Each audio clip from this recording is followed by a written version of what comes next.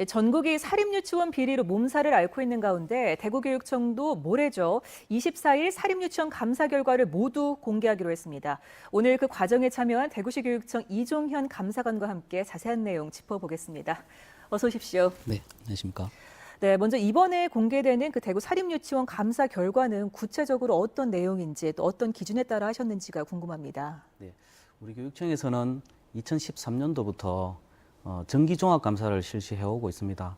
그 감사 결과 보고서입니다. 네. 거기에는 사립유치원에서 예산 집행 부적정했던 내용이나 회계 집행 부적정한 내용들이 포함되어 있습니다. 말씀하신 그 예산 집행 부적정이나 회계 집행 부적정은 구체적으로 어떤 것을 잘못한 건가요? 보통 예산 집행 부적정은 예산 과목을 착오해서 잘못 집행했는 경우이고요. 또 예산액보다 초과해서 집행했는 경우이고요.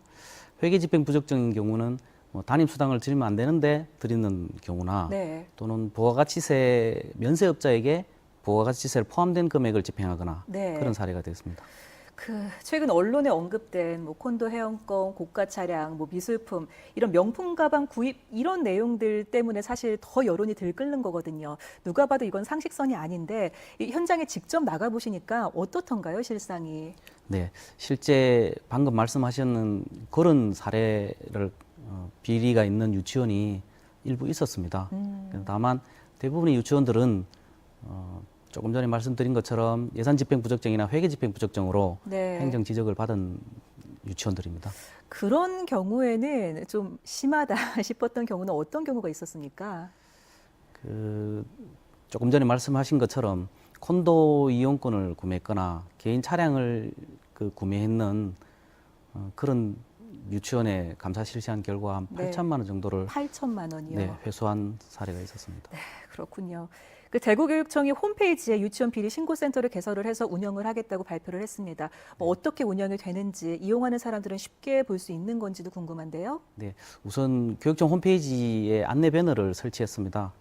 배너를 클릭하시면 절차를 따라가실 수 있고요. 그렇게 하시면 쉽게 이용하실 수 있을 겁니다. 네.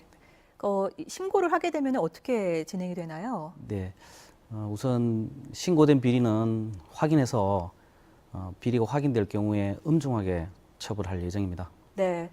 그 사립유치원 투명성을 높이기 위해서 서울 같은 경우에는 그 유치원 입학관리 시스템인 처음 학교로의 사립유치원의 참여를 확대하는 방안을 내놨습니다. 대구는 어떤 대책을 준비하고 있습니까? 우선 교육부 대책을 추진 일정에 맞춰서 추진하는데요. 고액 원비를 받는 유치원 네. 또는 에듀파인 도입 문제, 처음 학교로 도입 문제를 일정에 따라 추진할 거고요. 그동안 우리 교육청에서 감사를 실시하지 못했던 소규모 유치원 75개에 대해서 2020년도에 완료할 예정을 앞당겨서 내년에 완료할 예정입니다. 네, 알겠습니다. 오늘 말씀 감사합니다.